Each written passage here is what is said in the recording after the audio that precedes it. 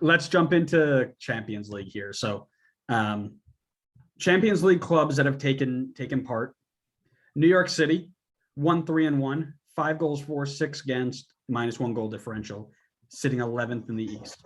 New England, 1-3-1, 6 goals for, 9 goals against, -3 goal differential, 12th in the East. Montreal, 1-3-1, 9 goals for, 14 goals against. That's even with FCC, by the way. Sitting 13th.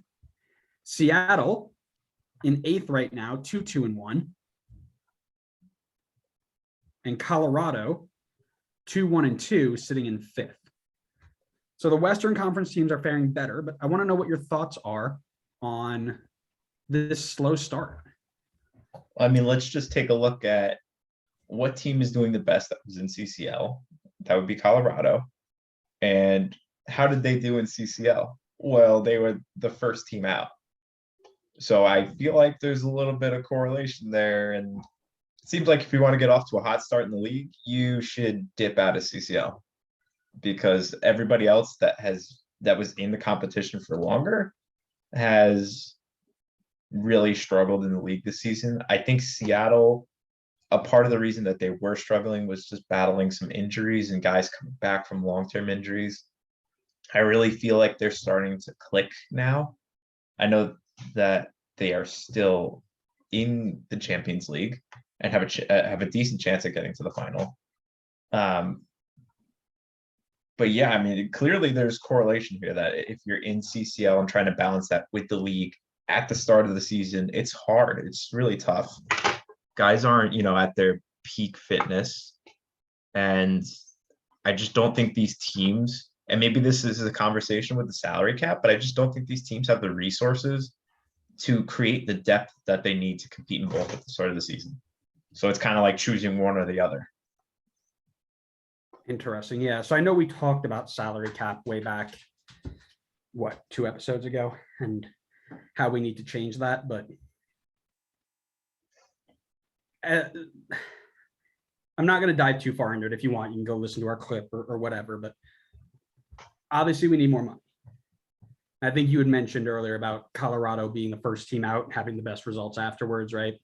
So it obviously tracks. Montreal has been out. New England's been out. NYC and Seattle, the only ones left. But Montreal and New England have not turned it around since they got out. What's going on? They've only had like 2 games since they got out. Sure, but there have been a lot of time in between there to recover and deal with that, right? Because you have the international break and all that good stuff. Yeah, but I think New England has been battling some rotation in their team through like injuries. I think against Red Bull, they didn't start either of their designated player strikers. And I know they were rotating center backs at one point. I don't remember who they played against. Charlotte. That's actually the only reason they did that is because they didn't want to hear the narrative of Aaron Long pocketing 2 designated player Argentinian and Polish strikers, because then they'd have actual proof to put him on the plane to Qatar. And we just didn't need that negativity for the Euro snobs, Yeah, I think New England will turn it around. I just don't think the Montreal team is very good to begin with, but they did just get a win the last game, and they got a draw the game before that. Had they not had a complete meltdown and Breza didn't have stone hands, they would be on 4 points since getting knocked out of the Champions League. So I think Montreal has begun to recover, and I think hopefully they can figure out their defense, because it's a nightmare. But I do think there is correlation between getting knocked out and your results starting to improve. Which team, and I'll answer this first, right? Which team do we think has the worst shot to turn this around? And I've already kind of shared this, but New York City are giving very, very large TFC vibes. And it's not because they're not creating. Like I said, they just look all sorts of confused. Little spoiler for Wednesday's episode, but we're going to talk a lot about that center midfield pair, and one of them specifically just not being up to the task. There's a ton of attacking creativity that I think Ronnie Dylan needs to sort out. But Tati Castellanos was about to go sell for 15 mil. They thought he was worth more than that. And now he can't score unless he's playing against a sixth place Costa Rican or Guatemalan side. That's not good. And that's exactly what happened with TFC back in 2018. And he might get off the mark. He might go and maybe get himself a penalty to get himself off the mark and get himself moving again. But they're losing close games, right? 5 goals for, 6 goals against. 4 of those 5 goals were in one game against Montreal, weren't they? So you've got a stagnant attack. And I really don't think that you can blame rotation because they played the same guys in every game. So it's not like they're not fresh. Well, let me rephrase. That's probably the reason it's not like they're not in form. Like it's not like they're coming off the bench for the first time in 9 months, Actually, the guy who is coming off the bench for the first time in 9 months, the only one scoring. So that's a bear for anybody who isn't privy to that sort of knowledge. I was having a conversation with somebody on Twitter yesterday through the DP Pod Twitter account at the DP Pod 1. You should go follow us. About not having to worry about New England. I still stand by that. I think New England's in a good enough spot where they will figure it out. Their attacking 3 is good. Leget's a good addition. He noted Tommy Mack not being up to the level. I think that's hella disrespectful to the GOAT. But again, him, and he noted Andrew Farrell, which I think is also a little out of hand. He's been one of their better defenders as of 2015. And then I noted Omar Gonzalez, obviously, but there's this thing called a mid-season transfer window. And that's usually where teams like this will make their moves to fix what they have to fix. So I'm not worried about New England so much. Montreal, I'm a little worried about. There's a Montreal fan that we interact with as well, Patrick, who very well may be joining us on the pod here very soon, noting that there is a very large gap between the players that they have and the system that they play, and there's a little bit of a reluctance from head coach Wilfred Nancy to change his system. That is where teams fail. I've seen it before in a man named Chris Manchester United GOAT Armas. And it's definitely worrisome. And he's going to need to either change quick or they're going to need to make decisions quick on whether he's got to stick around or not. Colorado, I don't know, man. What's up with Colorado? They're just weird, man. I'm going to come back to Colorado because I don't have a lot to say. Seattle, injuries, right?